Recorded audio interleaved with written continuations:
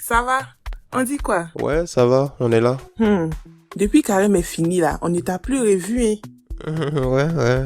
C'est votre vieux là seulement qui vient. Lui, c'est sans manquer. Mais toi, tu nous as oubliés. On peut faire ça.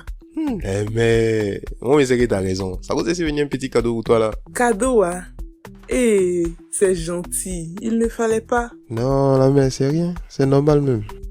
Mais je dis, tu sais que je ne suis pas seule, non? Il est aussi ma coépouse. Tu dois lui offrir quelque chose. Qui ça? Mandé solo. Oui. Non, pourquoi? Elle n'a qu'à attendre pour lui envoyer quelque chose. C'est sa belle-fille, non? Belle-fille, ouais. Donc toi, t'es mon beau-fils. Donc c'est avec toi, ma fille, cause les soirs au téléphone, là. Non, c'est pas... bien. Hein? Oui. Toi, au moins, on te connaît à la maison ici déjà. Et s'il y a problème, on sait où te trouver. Tu as laissé tomber cette affaire de base pour devenir riche là. Tu as pris la bonne décision. De toute façon, ta tante là même est bizarre. Et puis je n'aime pas son perroquet là. Il est trop papato. Je me demande pourquoi je n'ai pas encore zigouillé ce cacatoé. Je suis d'accord avec toi. Tu regardes quoi comme ça? Je trouve que tu as changé. C'est rien. J'ai diminué un peu ma poitrine. Ça distrait mes clients. Ils ne m'écoutent pas quand je parle. Ça me donnait un mal de dos en plus. On dirait tes affaires marchent, hein. Jusqu'à tu as l'argent même pour diminuer tes seins. Tu racontes quoi? Je n'ai pas besoin de dépenser pour ça. Comment ça? Tu as un parent chirurgien ou bien?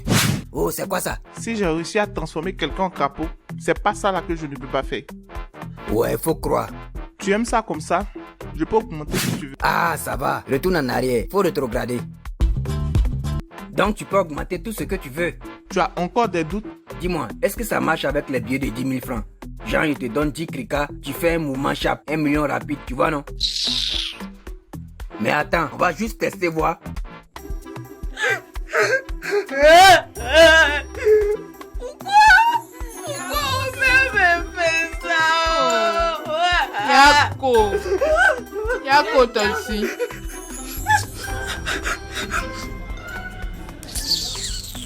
Quel Yako? Antou, bisous. Pourquoi vous la consolez?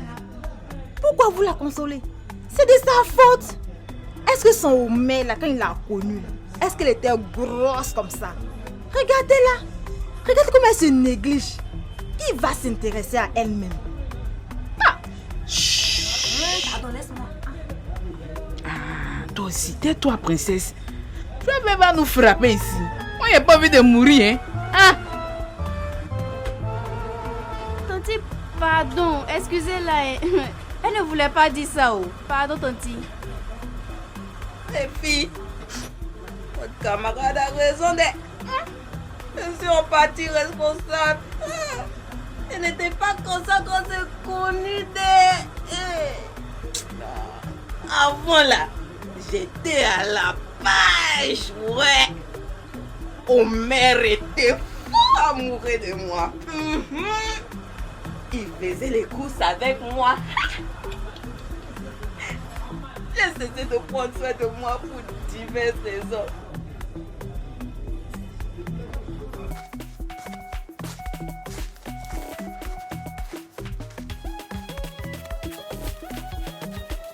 Joe, c'est pas notre ancien prof de maths qui arrive là-bas. Ouais, c'est lui. On n'a jamais eu moyen avec ce gars-là. Sa tête là. À sa nuque. En plus, il donnait le moins aux gens.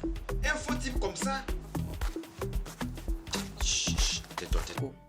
Aujourd'hui, direction le Burkina Faso, où nous allons ensemble découvrir la princesse Yenenga. Une princesse si forte et si belle que les princesses Disney feraient pâle figure à côté d'elle. Voici son histoire. Yenenga naquit au début du XIIe siècle dans le royaume de Dagomba, dans le nord de l'actuel Ghana. Son père, Nedega, était un Naba, ça veut dire roi. La princesse avait une passion pour les animaux, les chevaux en particulier, qu'elle aimait chevaucher. Mais dans la tradition, il était hors de question pour une fille de monter à cheval. Mais c'était mal connaître Yenenga, avec son caractère bien trempé. Le roi Nedega ne pouvait rien refuser à sa fille chérie. Il l'autorisa donc à monter à cheval. C'est ainsi que Yenenga devint une excellente cavalière et plus tard une redoutable guerrière. Le temps passait et Yenenga se lassait des guerres. Elle aspirait maintenant à être mère et à avoir des enfants. D'ailleurs, elle ne manquait guère de soupirants. Mais son père, voulant la garder à ses côtés comme chef de guerre, refusa de la marier à quiconque. Furieuse, elle vola un étalon blanc dans l'écurie de son père et s'enfuit dans la forêt où elle fit la rencontre de Rialé, un jeune malinqué. Ce fut le coup de foudre. Ils eurent un fils qu'ils baptisèrent Ouedraogo, ce qui veut dire cheval mâle. Lorsque l'enfant entra dans sa 10e année, Yenenga décida de l'envoyer auprès de son père. La rencontre entre Nedega et son petit-fils fut riche en émotions. Il reconnut en lui les traits de sa fille adorée. Pour l'accompagner sur son chemin de retour, le roi Nedega ordonna à une escorte de nombreux guerriers d'Agamba d'accompagner Ouedraogo. Lorsque Rialé vit son fils revenir à la tête d'une telle troupe, il s'écria « Je suis venu seul dans ce pays. Maintenant j'ai une femme et j'aurai beaucoup d'hommes. » Le village qu'ils fondèrent fut ainsi baptisé Morosi. Moro qui veut dire homme et Si qui signifie beaucoup en Bambara. Nom qui, par déformation, devint Mossi. Le royaume Mossi et son peuple étaient nés.